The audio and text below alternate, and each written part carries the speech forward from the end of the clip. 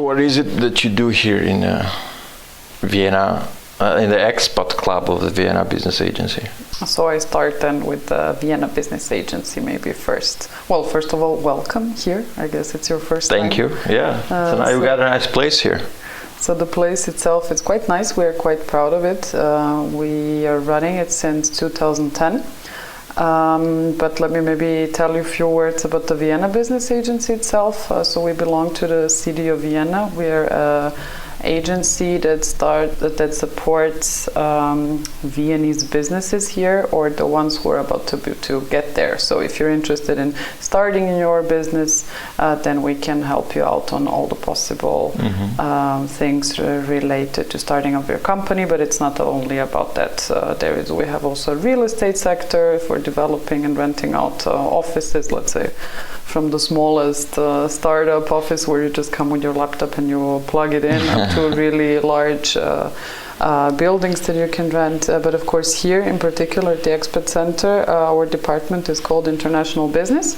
So we focus on attracting investors and foreign companies to settle in Vienna, or once they're already firmly decided to start their operations here, then we consult them on all the possible topics. What do they need to actually start here in Vienna? So from recommendation of the different contacts, from tax advisors, lawyers, what do they need to know about the legal and the tax issues, and so basically you just see a nice company that is working, let's say, in Europe or also outside Europe? All over the world. How do you spot these companies? You just read their names in the news or on social media? So we have within the team of international business, there are 6 regional managers. So my colleagues have, let's say, are responsible for respective markets and countries. And then they follow up. They're very well connected to the respective either business communities here. We also work with partners abroad. And then there are different ways through, I don't know, things like the Google alerts and so on. They're very actively informed about what's happening out there in the world.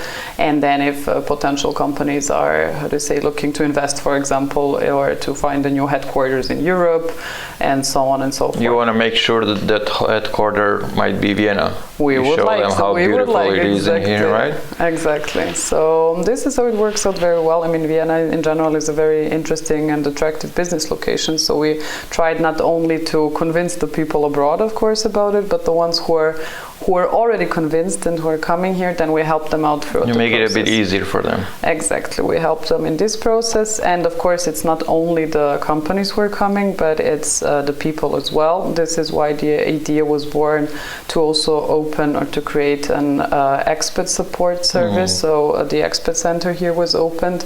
And I believe people will already for a longer time in Vienna, they might have come across our, let's say, either the space here or that spoke with some of the colleagues from before. We really try to help them out, let's say, with all the possible questions about moving to Vienna, living in Vienna, working in Vienna, or maybe even moving away from Vienna. And we do this, what is important to say, free of charge and multilingual. I think in the team we are about 15 people, and we speak together about that amount of languages. Wow. So it's quite an What is the rarest language that you speak here? I mean, the rarest for Vienna, not... Because even Chinese is rare for us, but it's not a rare language. That's true. I don't think that we are that exotic in terms, let's say, but we do have a Chinese colleague, once you're saying. Although she is consulting, she is a regional manager for Asia. And so she's not on the expat side. But we have also a colleague who is in the business immigration office, which is, let's say, a side of our expat support team. She has Indian heritage herself, so she speaks also Urdu and Punjab. So let's say those languages we also have on our portfolio. Those are rare, I think, for us. Maybe, yeah. Speaking, I mean, the girl who you're listening to speaking is Nina Jakic. And she's the one that is sitting in front of me right now here at the offices of Expat Club in Vienna Business Agencies. And how long have you been here in this company? Is it still called a company even though it's let's say government or it's governmental actually, but we can say agency once it's already has a say in the name. It's Vienna Business Agency, so we can then refer to the agency exactly. You've been here for long? I started myself actually in our real estate department in project development because I have an architecture background. What do you mean by architecture? You studied architecture? I studied architecture, yes. You graduated? I graduated, but then I never ended up. And what happened? Well, I started with an internship here in our real estate department in project development. I stayed there for 2 years. I was substituting a lady on maternity leave, and then after a while they called me if I wanted to, or it was a 1-month internship, and then they asked me if I wanted to take the 2 years contract. And then I said, okay, why not? I was about to finish my studies, but then in the end, out of personal interest and the language skills and always my drive towards the international activities and meeting new people from all over the world, then I also heard that in this department, so international business, they were looking for an event manager, so somebody who would then really directly work with our, not only with our expats and organize the expat events, but also help out the other colleagues to set up and organize their business trips and the events also, not only in Vienna, but also abroad. So this is what I'm basically doing now. I'll go back to the architecture because it sounds very interesting. I didn't know that about you. But what can you tell me about the most effective international businesses that are currently working in Vienna? I don't want names, just the kind of businesses, international businesses that are the most effective ones in Vienna, in Austria. You mean which sectors are very strong? That come from abroad, not that were created here? So which is the best, for example, Vienna is the best marketplace for these types of businesses that come from abroad? I would not maybe limit myself in saying the best, but I would like to point out that there is, of course, no shocker, a very strong IT scene, or let's say the IT sector is fairly strong, and even though you don't have Vienna in your mind when you speak about IT, but for example, what people don't know, they always think about the schnitzels and the lepizzanas and Sissi and so on, so of course the tourism industry is very strong. But for example, the ICT sector is generating 4 times the revenue of the tourism sector that you have in Vienna, and this is something that we don't have in our minds, and so this is a very strong sector. Then the life sciences are very strong, everything related to smart production, also the creative industries are, how to say, also a strong sector. So yeah, there are some focuses that the city is very proud to be very good at. Vienna, it's not a very cheap place to open and to start up a business. Why would they choose Vienna to come here? Do you make their life easier when they come here? Or? Well, for example, if you wanna, why would you? Because I see a lot of ITs professionals are coming actually from much cheaper countries in development, moving to Vienna, and also if the companies are coming from abroad in Vienna, so basically they meet their staff here in Vienna, but none of them is from around here. So wouldn't it be cheaper for these companies to go in a country in development and to start that IT company, let's say? Of course, it depends on person. So why they're here? What do they find here easier? Well, there are many different things, but starting from Vienna being an international hub located in the city of Europe, very well connected and bridging, let's say, west and east on one side. There is a lot of international headquarters of different companies. You have the United Nations over here with the respective international organizations, and the very big international community. I think only of diplomats we are calculating that there are about 20,000. How does it help an IT company? Well, if you're looking for talent, then you have also a very good and direct access to international talent. For example, here also Vienna is being also an important talent hub. You have it's with Berlin and Munich, of course, one of the oldest and the largest universities in the German-speaking region, so in the DACH region, but you have about 30 to 50% are international students, so you can also then access a highly skilled and international talent. Okay. And we all know, of course, Vienna stands for the quality of life and economic and legal and social stability. So you can actually enjoy life in Vienna very much. Yeah, so definitely. many different companies also take this into consideration. It's not only about the numbers and the businesses, but the people also move here really to enjoy also their work-life balance and to get that the best. That's why you moved here? It was by choice, or? I would not say that it was by my choice, because I moved with my family when I was already a child, but my father was a classical expat example. He was working at that time, so because I am originally from Serbia, so I was born in Belgrade, and at that time my father was working for McDonald's Yugoslavia, and then he was sent to all McDonald's Austria. So it was a classical expat contract, and we lived here for 4 years. So yeah, I mean, what years are we talking about? That was 94. You're saying McDonald's Yugoslavia? Exactly. So that was more or less 94 to 97. So I was here in the kindergarten. Then we moved back to Serbia, where I did my 4 years of elementary school. And as of 2001, we were here in Vienna as the family back again. So this is since 2001, I'm more or less the whole time in Vienna. Okay. And what do you like mostly about it? I mean, besides the quality of life, there is something that keeps you here more than other reasons. Of course, at that time, I mean, I was still a kid, so I stayed here to finish my school. I decided that it's also a good place to study, so I studied architecture, and then it was a natural process once we're already so settled in here and that we are, let's say, enjoying a good life, and we have a lot of friends, and it's very close back to Serbia, and it's in the central of Europe, and it's access to good and stable life, you know, and we really enjoyed it. So this was why we ended up staying here, I guess. Yeah. So going back to the thing I liked the most so far, that you being an architect.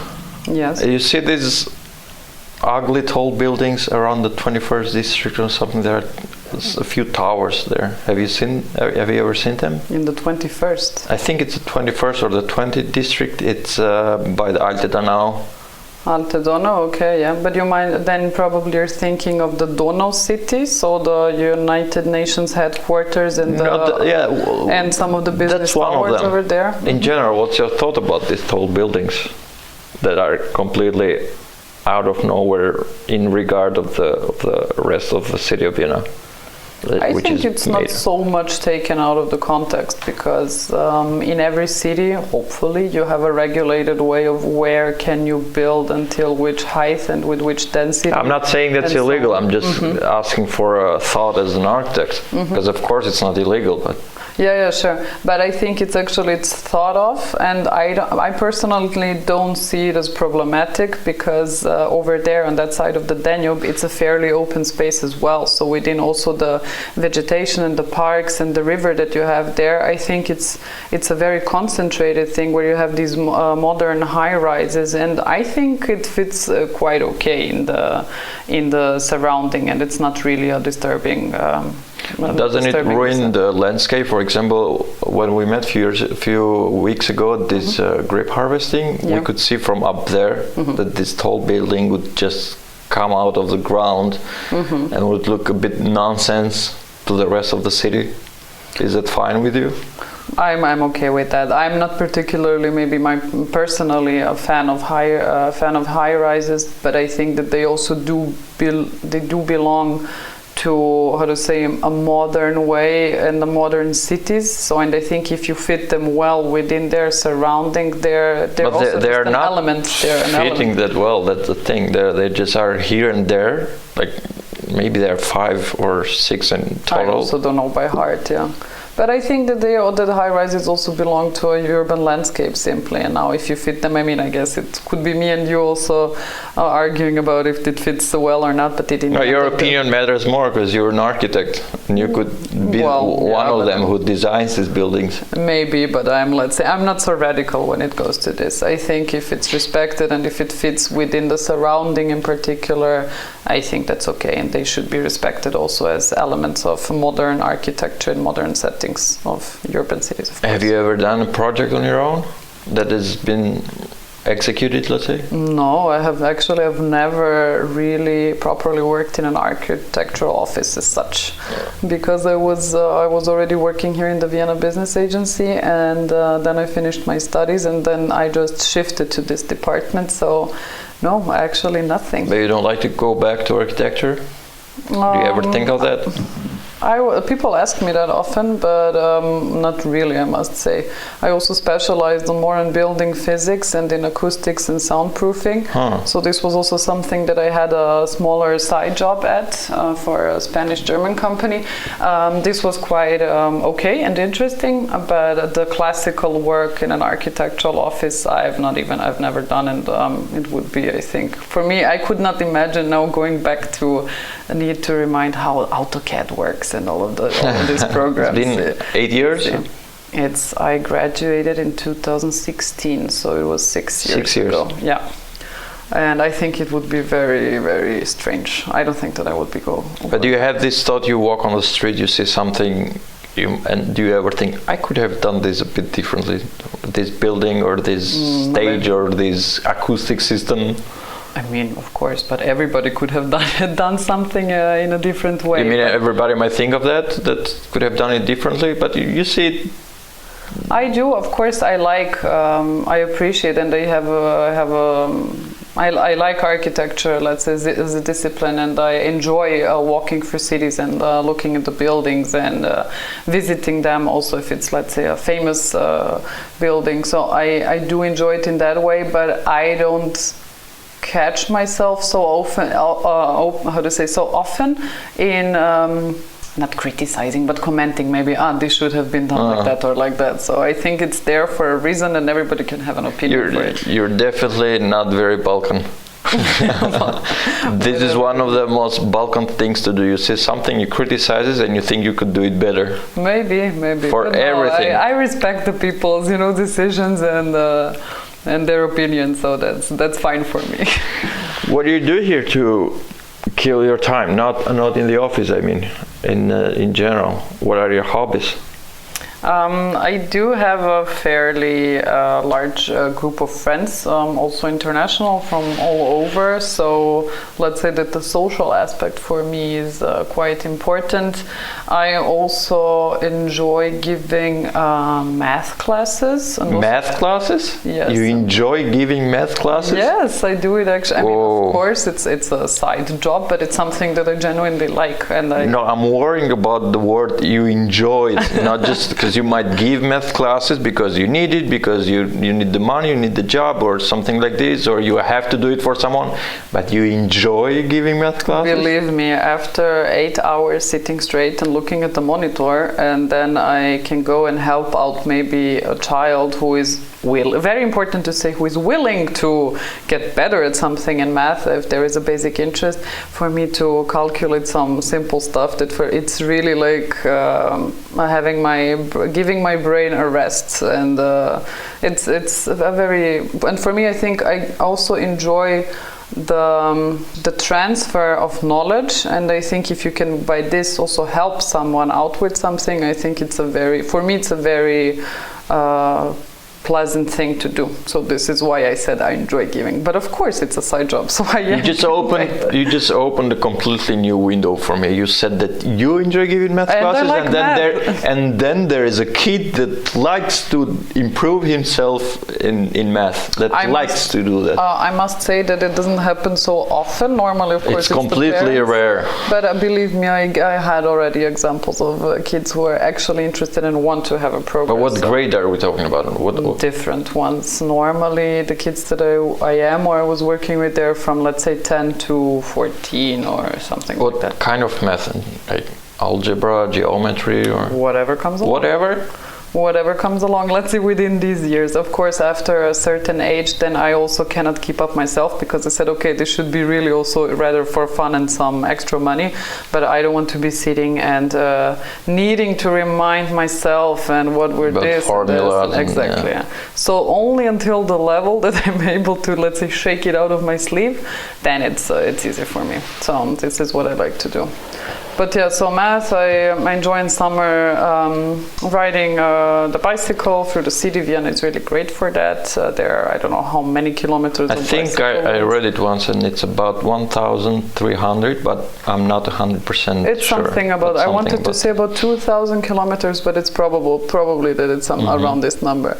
It's really a great city if the weather is nice, and it's, at least in the city center, fairly flat. You can reach every point of the city very quickly and easily. True, but so it's really enjoyable.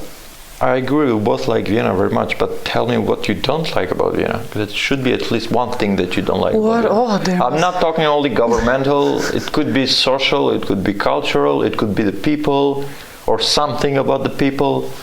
Let's say something that is very cliche for Central Europe. The winters can get a bit hard for me psychologically.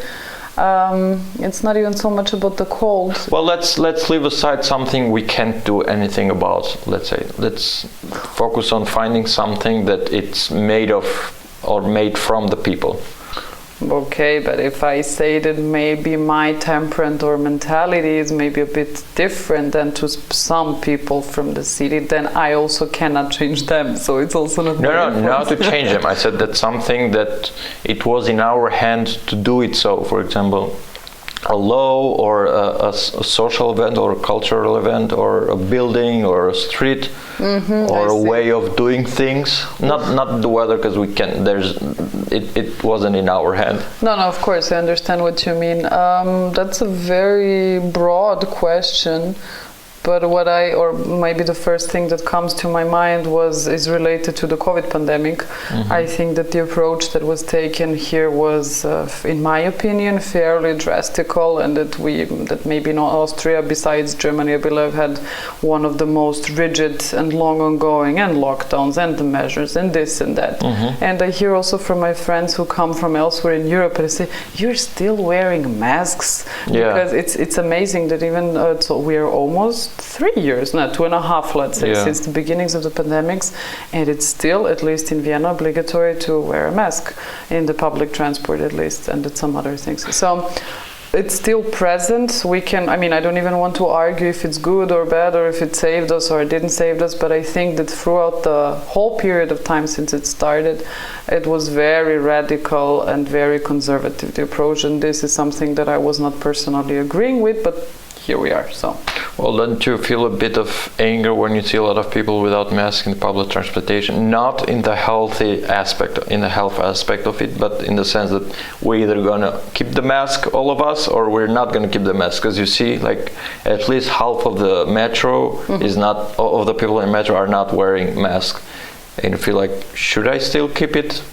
Yes, you have to, because that's the regulation. But then you see all these other people who are enjoying their ride. Yeah, you can go ahead. Yeah. So if I have an opinion of the mixed situation... Not an opinion. Do you feel a bit of anger? Not just... No. It doesn't have to be a very consolidated opinion. No, I don't feel angry. I mean, I believe that people are sick and tired of the specific rules and that they don't care anymore. And the ones, if you want to protect yourself, you always have the choice. Nobody will ever forbid you to put the mask. But I can also understand the ones who say, I will just go inside without a mask. So the question is if you're then willing to pay a fine, which I don't even know if they're fining people by now. Exactly. But this is a personal... personal decision. If you're a very calm person. Do you ever get angry? Because I see a lot of rarely. Things that, rarely. Yeah, rarely. Tell me about once when you get really mad at something. I don't really remember. Maybe I will come back later to this, but I would need to give it a second thought. But if I get angry, it's mostly because something technology related is not working when I need it. Then I can get really angry, but people wise it's fairly rare. luckily. That's pretty rare. How you have two phones? That should make you pretty angry sometimes. Why? You have two phones, and you're saying that things related to technology might make you angry time to time. So far they're working well, so I hope it's not gonna change. Let's not jinx it. Don't. Correct. Do you get angry? I do get angry. I do get angry pretty often. Really? I do get angry at the people in the metro who are not wearing a mask while I'm wearing it, and sometimes I even want to email the Vienna Linien, and I literally want to ask, hey dude, are we gonna keep the masks or not? Just make this thing clear. If we're gonna keep the mask, please check out what's going on, because a lot of people are not wearing, and make sure they're wearing. Or if not, just tell us we want, so I also don't wear the mask. It's very difficult to control, I believe. You would need, I don't know how many employees to go. I think it's not even possible. I never to see any monitor. of them. I do. I ride the Straßenbahn, the U-Bahn every day, and I never see any of them. But okay, I see that it's a thing that can make you angry. Well, once I jumped in the U-Bahn with my dog, and I only had to do 2 stations. Actually, it was my fault because I underestimated it. I thought, all right, just 2 stations, and I didn't put the mask on the dog. Not on me. And then it happened that the controller was there, and he fined me, and there was nothing I could say because of the dog.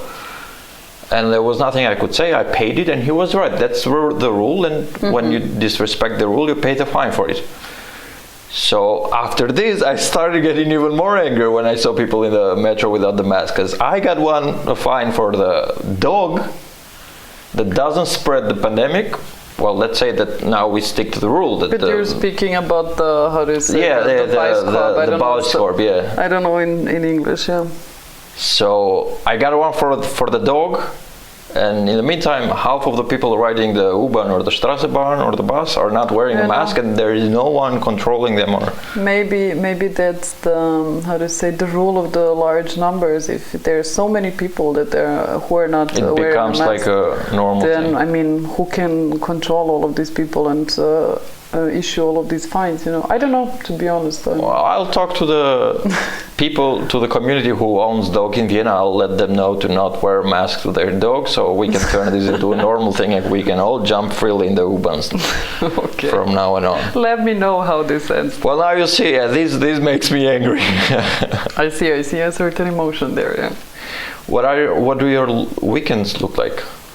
How do my weekends look like? Mostly I'm spending them with friends, outside, depending on, of course, the season, the weather.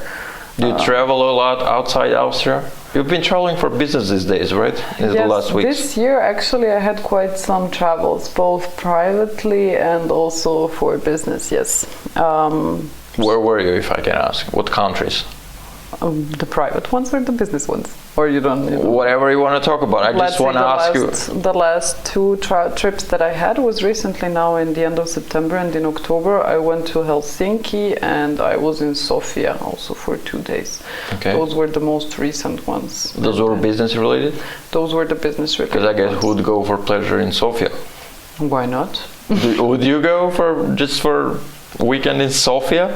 I believe many people would, and I wouldn't mind it, just that it wouldn't be currently on my top list of travels, but I believe that you can have some fun there, yeah. So now that you went in Sofia, would you go back for fun in Sofia, for pleasure? Yeah, but at some point. Yes.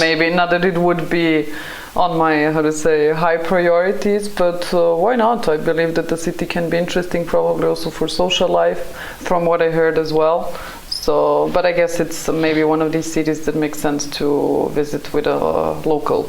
So, I mean, of course, like everything else, but it could be, I think it has some potential. Going back to Helsinki, I heard those are pretty expensive countries up there.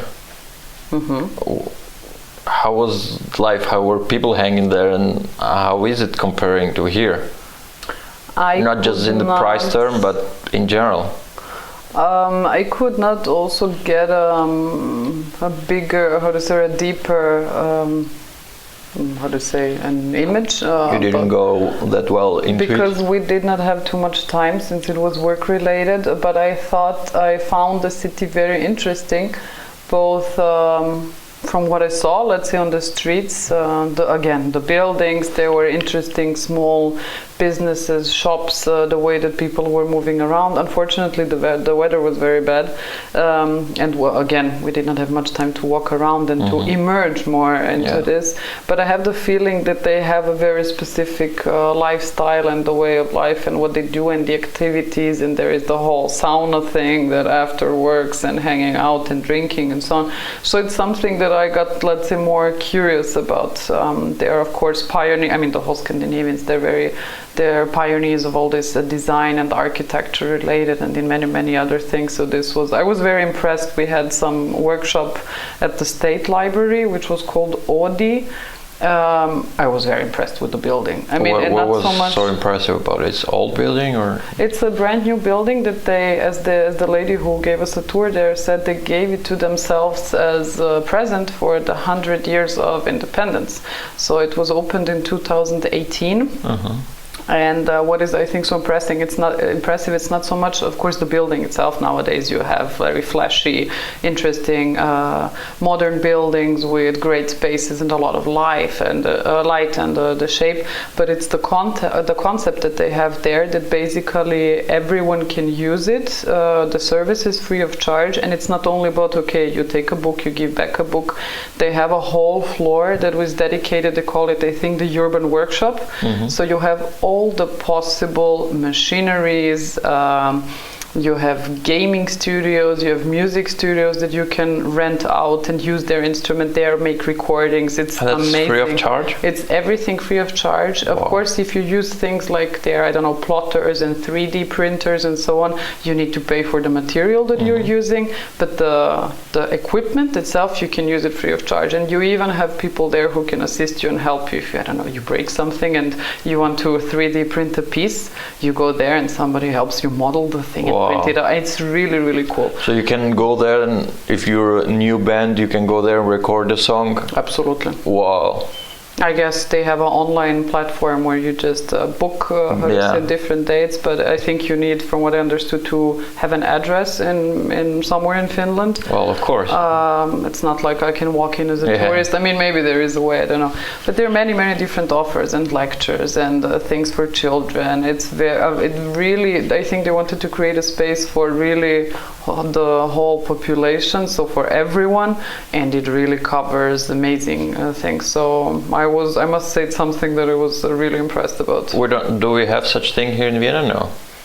I'm not familiar with, to be honest. At least not in that wide range and of those sizes. Yeah, I think that should be stuff like, if you're a student of this specific school, you might get the equipment of this genre or something like this, but not a very generalistic thing like the one you're describing. So you did have an impression about this building as an architect. You said you were very impressed by the building. That's correct. I mean, the building itself is very interesting. Whoever is interested can Google it. It looks very interesting. What's the name?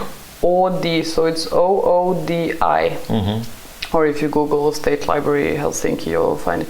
But what I'm much more impressed is exactly this, the concept and the way it's being used. You really see people there interacting and being social. Also, if you go gaming, then you go as a whole group of children there. You rent a space and you sit on a couch and you game together. Was it populated? It was fairly full, and I was there on I think Friday during the day. It was fairly busy. Nice. When did you go back here? And then you left for Sofia, where you enjoyed and where you would also go for pleasure, if you had the chance. Possibly one day, exactly. Yes, so that was maybe 1 week after that. And in between we had our wine harvest. Oh yeah. 2 of them, if you remember. Yeah, I was in one of them, yes. But actually, it was quite all right. Actually, the second one the weather was lovely. It was a Sunday, and it was really perfect autumn weather. Not too hot, a splendid blue sky and sunshine. Really amazing.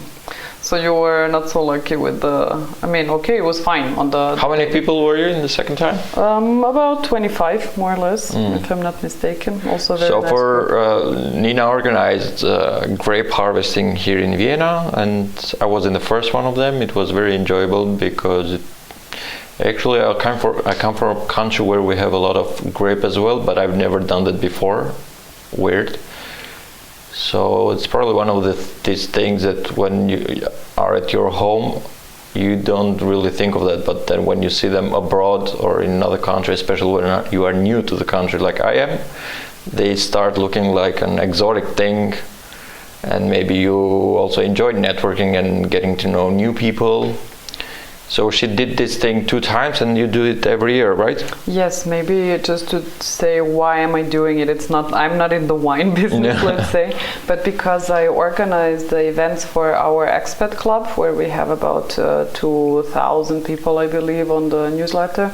The objective is to show our expats and internationally minded locals who are interested, Vienna behind the scenes. So I try to take them either to some interesting companies from Vienna, or to have some guided tours. We also visit some city not authorities, but some city institutions, which could be interesting to visit or to have a presentation and to look a bit around. We went, for example, several times to the emergency medical services, where they also take you to the dispatch center and to the garage, and you can sit in one of the vans over there. So it's really... What do they show you? Like, you see this guy here, he's about to die, this is an emergency. Well, now we're going to show you how we make him survive. No, eventually we are not, there when something is happening, but they show you around. I don't know, you can enter the van, and then they can tell you what are they using, or for which kind of let's say catastrophe or case, whatever it happens, which kind of vehicle they send out, and what do they need, how often do they need to check them, and so on. It's quite interesting. I was actually surprised when we organized that like really so many people would want to go to the firefighting station or to the emergency medical services to see. But I guess again, for expats who know that in Vienna all this infrastructure and all these services work very well, then it's quite interesting to actually hear how they work and how often, I don't know, they also give you really interesting numbers about how often, I don't know, people call the ambulance or the firefighters and so on and so on. So it's quite interesting. It looks looks a bit like also the subconscious of the people is working this way, that because you're saying that people are mostly interested in these 2 type of visits, the firefighting and the emergency room, and looks like people tend to get informed about things that they are mostly frightened from. I think this was a coincidence, actually, now that I gave you those. I think this was because we took them also to some other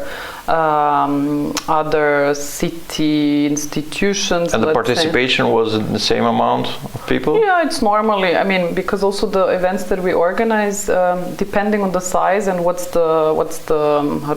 is allowed over there where we go in the respective rooms, normally it makes sense, especially if it's guided tours, to make it for 20 to 30 people. So we try then to repeat the things.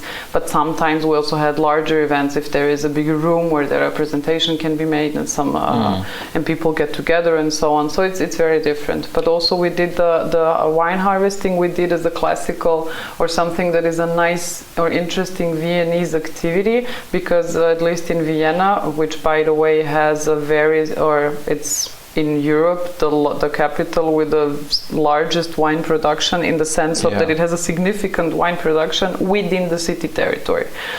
So here everything, they love their wines, and they love doing the wine hikes. And in autumn now, about this time in September and October, it's really enjoyable if you have some nice weather to hang out in the hills around Vienna, and you have a very nice view to the city, and you join your wine. So there is a certain wine culture over here. And also people who especially they know someone, let's say if a friend has some vineyards, it's also quite common that you come help out.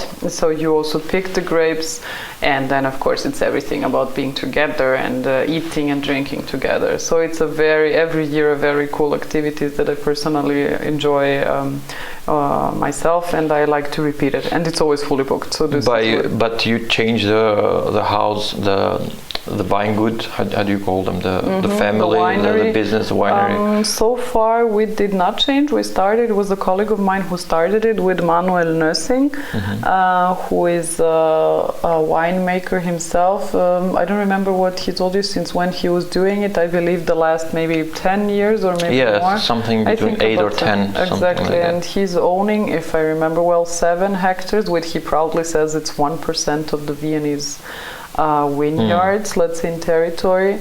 And he made his hobby now his full-time job.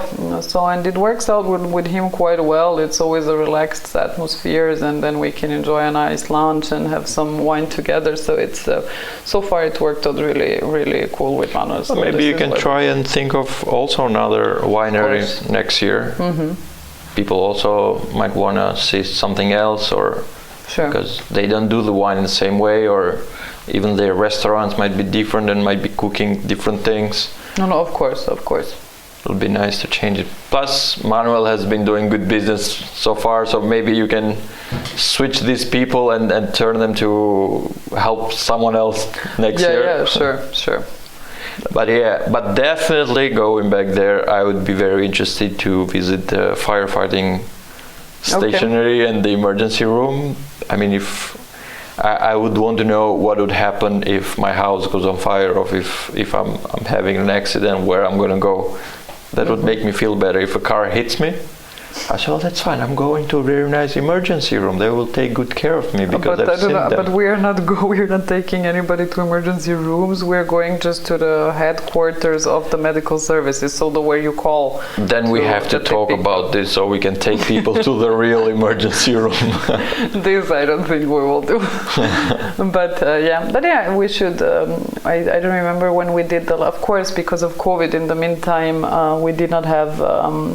Events, and here we decided not to do any online events, because after thousands of hours of calls via Zoom and Teams and so on, I think that nobody would ever want to participate digital events for socializing and networking. Or at least this was my approach, and I just said, okay, let's just wait.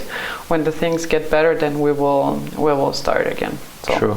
And these events look very interesting, not to me, but I guess there are also people hearing. And how do they get informed about this? So you can basically, if you Google the Expat Club Vienna, or if you Google it together with the Vienna Business Agency, then you can find further information. But let's say in very simple words, you can apply. It's nothing complicated. You can sign up for our newsletter. You can just send us an email and say, hi, I'm interested in becoming a member or getting your invitations for the events.